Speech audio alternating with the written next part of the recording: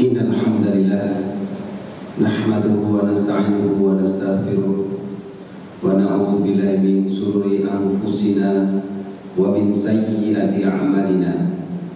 Man yahdihillahu fala mudilla lahu wa may yudlil fala hadiya lahu. Asyhadu an la ilaha illallah wahdahu la syarika lahu wa asyhadu anna Muhammadan 'abduhu wa rasuluh la nabiyya ba'dahu. Allahumma sholli ala Muhammad wa ala ali Muhammad kama shallaita ala Ibrahim wa ala ali Ibrahim fil alamin innaka Hamidum Majid. Ya ayyuhalladzina amanu ittaqullaha haqqa tuqatih wa la tamutunna illa wa antum muslimun. Ya ayuhan nas taqu rabbakum alladhi khalaqakum min nafsin wahidah wa khalaqa minha zawjaha wa batha minhuma rijalan katsiran wa nisaa wattaqullaha alladhi tasaaluna bihi wal arham innallaha kana 'alaikum raqiba. Ma'asyiral muslimin jamaah salat Jumat rahimakumullah. Marilah kita mengawali khutbah pada siang hari ini dengan bersyukur kepada Allah, dengan syukur yang dalam atas berbagai nikmat yang telah kita terima. Dan marilah kita ingat bahwa di antara berbagai nikmat yang kita terima ada satu nikmat yang paling berharga, yang ia menjadi alat petunjuk bagi keselamatan hidup di dunia dan akhirat, yaitu nikmat hidayah iman dan Islam. Nikmat ini tidak diberikan kepada orang-orang meskipun orang-orang itu dekat dengan Rasulullah, dekat dengan Allah, misalnya adalah Rasulullah. Orang yang dekat dengan Nabi, orang yang dekat dengan orang-orang saleh, kecuali orang itu memang dikehendaki oleh Allah SWT. Kita menyaksikan ada orang-orang yang amat sangat dekat dengan Rasulullah tetapi tidak masuk Islam. Demikian pula ada banyak contoh-contoh yang lain. Oleh karena itu marilah kita mensyukuri dengan syukur yang dalam tentang hal ini. Dan yang lebih penting adalah bagaimana mewujudkan syukur ini dalam perbuatan, yaitu dengan bertakwa kepada Allah, dengan takwa yang sebenar-benarnya takwa, dan kemudian ketakwaan itu kita pertahankan dengan apapun yang kita miliki hingga nanti hidup kita di dunia ini berakhir. Masyaallah muslimin rahmatullah, hari-hari ini kita semakin dekat dengan bulan Ramadan. Oleh karena itu hari-hari ini juga biasanya digunakan oleh masyarakat untuk melakukan berbagai persiapan. Ada banyak persiapan yang biasa dilakukan, dari persiapan sesuatu yang sifatnya spiritual, pikiran, sampai pada persiapan yang sifatnya fisik. Persiapan spiritual yaitu memperkuat dan mensucikan niat kita beribadah kepada Allah, tentu adalah persiapan yang harus paling kencang dan kuat kita lakukan. Dalam tradisi masyarakat kita, menjelang Ramadan itu ada satu kebiasaan membersihkan diri yang disebut dengan patusan kalau di Jawa. Atus. Sesungguhnya secara fikih tidak ada syarat bahwa puasa itu harus mandi. Tetapi ini adalah satu tradisi yang sebenarnya berdasarkan pada satu pelajaran bahwa kita mensucikan diri kita karena kita akan masuki bulan Ramadan. Bulan Ramadan kemudian juga sering digunakan oleh masyarakat kita untuk mensucikan harta. Demikian pula sebelum Ramadan kita juga mensucikan harta. Mensucikan harta secara garis besar ada dua jenis, yaitu mensucikan harta yang sudah suci dalam artian halal, dan mensucikan harta yang belum halal, artinya haram. Mensucikan harta yang halal antara lain kita lakukan dengan cara membayar zakat dan bersedekah. Zakat adalah suatu sedekah yang diwajibkan pada kita, meskipun tidak ada tuntunan bahwa membayar zakat kecuali zakat fitrah.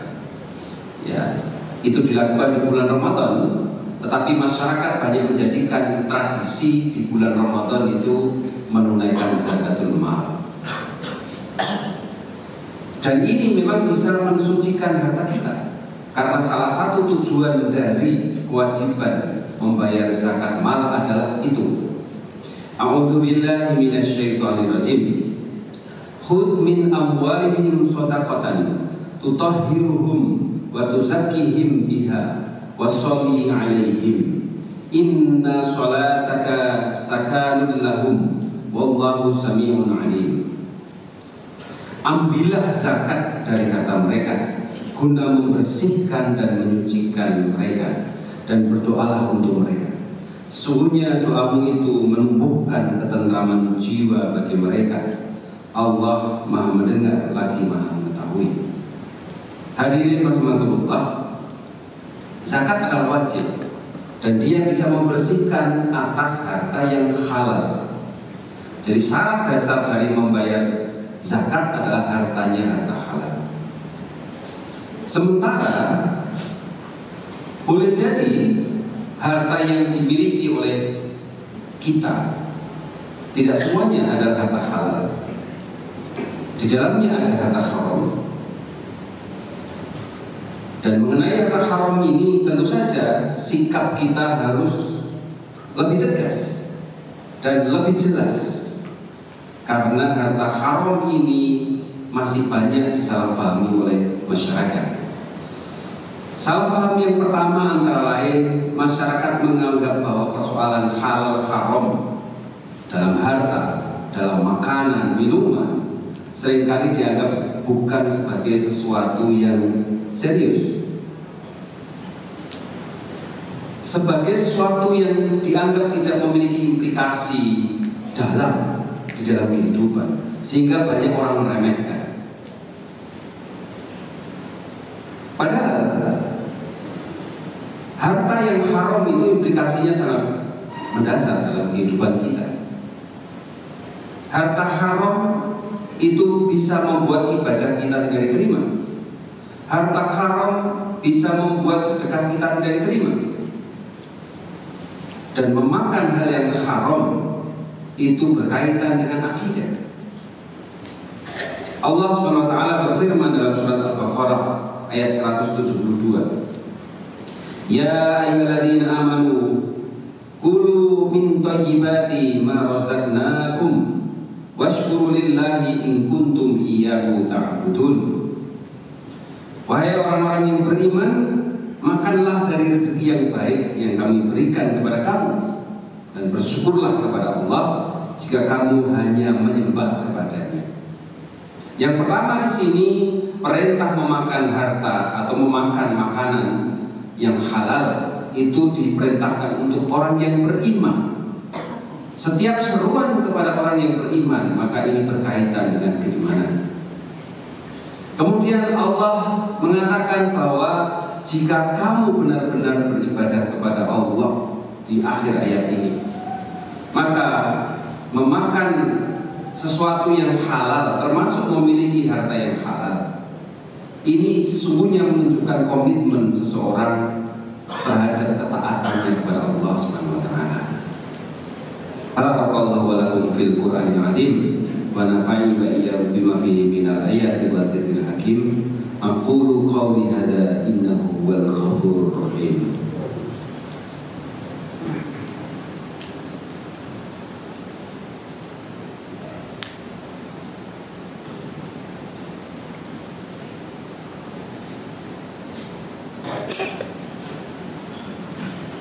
Alhamdulillahilladzi an'amana bi ni'matil iman wal islam. Asyhadu an la ilaha illallah wa asyhadu anna Muhammadan abduhu wa rasuluh. Allahumma sholli ala Muhammad wa ala ali Muhammad. Ma'asyiral muslimin rahimakumullah. Menjelang Ramadan ini tentu saja kita akan mempersiapkan diri sebaik-baiknya supaya ibadah-ibadah kita di bulan Ramadan itu bisa kita lakukan dengan baik. Dan ini tentunya bukan tugas yang mudah, karena kita bukanlah makhluk atau seseorang yang secara independen bisa mengatur diri kita sendiri. Mungkin ibadah kita akan terganggu oleh kerja kita. Yang kerja kita itu terkait dengan orang lain, terkait dengan sistem, terkait dengan regulasi, dan lain-lain. Oleh karena itu, memang ini adalah sebuah kerja kolektif untuk bisa menciptakan sebuah iklim ibadah yang benar-benar khusyuk dan benar-benar sempurna. Dan salah satunya adalah yang menjadi tugas pribadi kita adalah bagaimana kita mempersiapkan diri dengan sesuatu yang halal yang kita makan maupun harta kita. Karena Allah sesungguhnya hanya menerima ibadah dari yang baik, dari yang halal. Rasulullah SAW sebagaimana diriwayatkan oleh Abu Hurairah bersabda, ayuhan nas innallaha thayyib la yaqbalu ila thayyiban. Sungguhnya Allah hanya menerima yang baik, dan sesungguhnya Allah itu maha baik, dan Allah itu hanya menerima yang baik. Dalam hadis yang lain diriwayatkan oleh Muslim, Rasulullah SAW bersabda, la tuqbalu sholatan bi ghairi tuhur wala shadaqatan min qulul. Tidaklah diterima sholat tanpa bersuci, dan tidaklah diterima sedekah dari ghulul, dari harta yang haram. Kita sudah banyak tahu bagaimana harta yang haram itu membuat amal-amal kita tertolak. Oleh karena itu boleh jadi ibadah-ibadah kita di bulan Ramadan akan tertolak manakala makanan kita haram, manakala harta kita haram. Oleh karena itu, mumpung masih ada waktu, mari kesempatan yang tersisa ini kita gunakan untuk membersihkan diri dari yang haram. Kita stop makanan dan minuman yang haram. Kita stop mencari harta yang haram. Dan yang paling berat barangkali, kita bersihkan harta-harta kita yang sudah terlanjur kita miliki tapi haram. Wallahu a'lam bishawab. Mari kita akhiri dengan berdoa. Alhamdulillahirabbil alamin. Asyhadu an la ilaha illallah wa asyhadu anna Muhammadar Rasulullah. Allahumma shalli ala Muhammad wa ala ali Muhammad. Allahumma fir lil mu'min, Allahumma fir lil muslimina wal muslimat wal mu'minina wal mu'minat al ahya'i minhum wal amwat. Innaka samiun qaribun mujibud da'wat. Ya qadiyal hajat. Allahumma rabbana zalamna anfusana wa illam taghfir lana wa tarhamna lanakunanna minal khasirin. Allahumma inna nas'aluka salamatan fid dini wal afiyatan fil jasadi wa ziyadatan fil ilmi wa barakatan fil rizqi wa taubatan qabla maut wa rahmatan indal maut wal maghfiratan ba'dal maut. Allahumma inna nas'aluka al-huda wat tuqa wal afafa wal ghina. Allahumma rabbana atina fid dunya hasanah wa fil akhirati hasanah wa qina adzabannar wa adkhilna jannata ma'al abrar ya aziz ya ghaffar ya rabbal alamin walhamdulillahi rabbil alamin. Aqimus shalah.